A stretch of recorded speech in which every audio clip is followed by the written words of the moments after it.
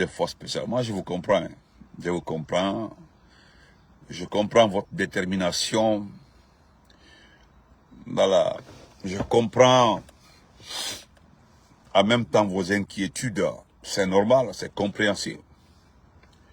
Vous savez, chers petits des éléments de force spéciales, pourquoi je dis que je vous comprends? Voilà, c'est normal que vous ayez cette situation d'impressionner. C'est-à-dire, vous impressionnez le peuple, vous impressionnez vos détracteurs. C'est-à-dire, vos comportements, ce sont des mises en garde.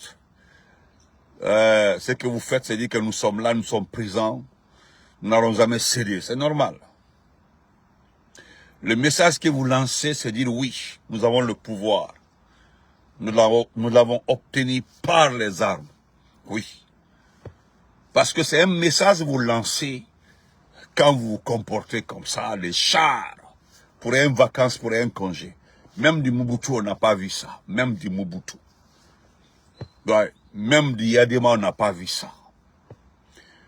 C'est normal là, parce que ce peuple-là a accepté, je l'ai même tout fois dit, je ne m'opposerai jamais à la volonté du peuple. Non seulement le peuple n'a pas voté, mais le peuple a accepté sa condition de vie comme ça. Le peuple a accepté qu'il reste comme ça. C'est pas Mamadi, pas vous. Ça dit sa vie, ses conditions restent comme ça. C'est le voulu du peuple. Donc personne ne peut s'opposer à ça. C'est en temps normal. J'ai dit en temps normal. Avec toutes les armes que vous avez, avec tous ces chars, avec vos tenues, vous soulevez les armes, c'est-à-dire vous impressionnez. C'est un seul jour vous allez partir. Vous aurez été une nation consciente, vous aurez été un peuple conscient. Vous aurez été aujourd'hui des personnes normales, parce qu'aujourd'hui, les intellectuels ont mis ce pied à terre. C'est compréhensible, hein? C'est normal. Vous avez vu, nous sommes tagués partout. Oh, les aigris vont mourir. Oh, vous avez vu que nous sommes les aigris. On nous traite de aigris. Les aigris vont mourir. Le lion noir est là. Mais le lion noir là, c'est un canard. C'est pas sa personne physique arrêtée qui est important. C'est sa rentabilité. Parce qu'un homme, un chef d'État, un chef d'entreprise, un chef de famille, c'est sa rentabilité. La rentabilité, c'est que tu peux apporter de qualitatif, pas quantitatif, de qualitatif. C'est ça un chef. Mais pour vous là, il est rentré, il est fait partie se soigner. Et puis il viendra se coucher toute la journée. On dit demain c'est conseil de ministre, il s'en va avec ses yeux. Même quand vous le voyez pendant les conseils de ministre. Si vous êtes réfléchi, vous êtes averti, vous verrez qu'il a passé presque toute la soirée ou toute la journée en train de dormir. Regardez ses yeux. Aujourd'hui, c'est quelqu'un qui se bat, pas contre une maladie, mais pour rester longtemps, pas au pouvoir aussi, rester longtemps à vivre, parce qu'il a une maladie incurable. Quelqu'un qui est mentalement touché, qui a été surpris, parce qu'il a été surpris. Il pensait que rien ne peut l'arriver. Ah, vous voyez certains dire que non, il n'a rien, il n'est pas malade. Allez-y voir, regardez la toile. Il n'est pas malade, il va bien. Foustala, c'est vous qui inventez les maladies passées.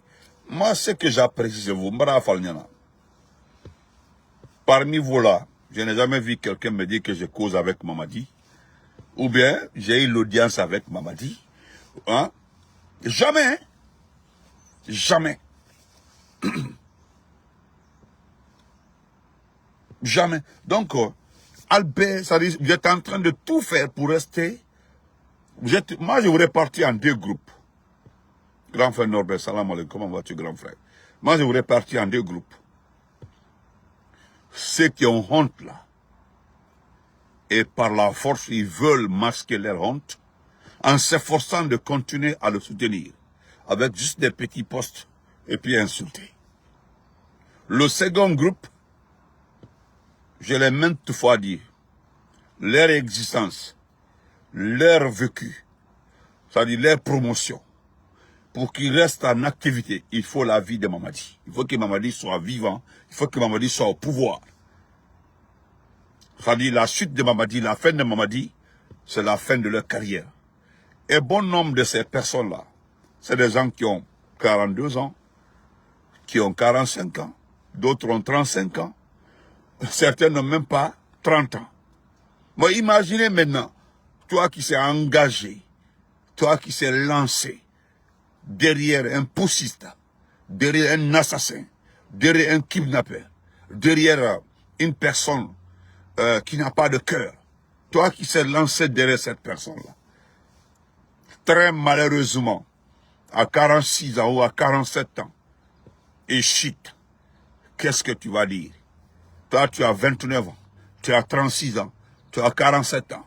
On te dit que c'est fini, tu ne peux plus travailler dans ce pays-là. Mais c'est déplorable, c'est fini, c'est-à-dire c'est regrettable pour toi. On ne se réjouit pas, mais c'est regrettable. Habi, comment vas-tu, madame Habi? C'est regrettable. Maintenant, je voudrais vous dire, vous, les éléments des forces spéciales, c'est par rapport aux autres Guinéens. C'est pour faire comprendre encore dans cette courte vidéo que nous savions tous, sans débat, sans discussion, avec honneur, que si ce n'est pas Mamadi, c'est que c'est fini. Deux fois là, on s'amuse, on regarde, on calcule, on se dit, le prochain président de la République, je dis bien celui qui sera démocratiquement élu. Voilà, qu'est-ce qui va faire de votre unité? Ce sont des calculs que les Guinéens conscients se posent tous les jours. Il va vous accorder quoi? Vous redéployer à l'intérieur par rapport à cette feuille de route de votre mission qui est établie, qui est claire et nette, qui est précis. Vous devez être au niveau des frontières pour protéger le pays. Très bien. Et est-ce qu'il va disparaître? Parce que tout comme vous serez dissous, il n'y aura plus de force spéciale. Il n'y en aura plus. Le Bénin l'a fait. Après la tentative de coup d'État, le Bénin l'a fait. Ils ont dissous les forces spéciales. Ils ont été partagés entre certaines unités, mais éloignés du pays. Donc c'est normal.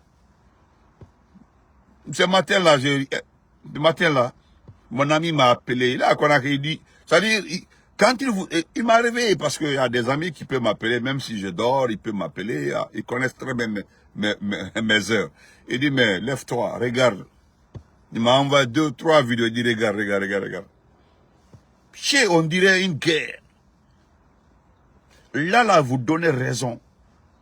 Moi, je n'ai jamais fait une vidéo concernant la tension qui est entre vous là, parce que je ne l'ai pas vérifié. Quand je ne vérifie pas, je l'ai maintes fois dit. Quand moi je ne vérifie pas une information, je ne mets pas ma bouche dedans. Non, je ne mets pas ma bouche dedans.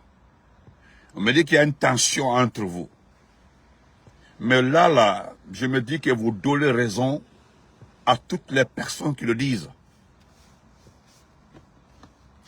À toutes les personnes qui le disent. Vous comprenez? Voilà. Donc, la tension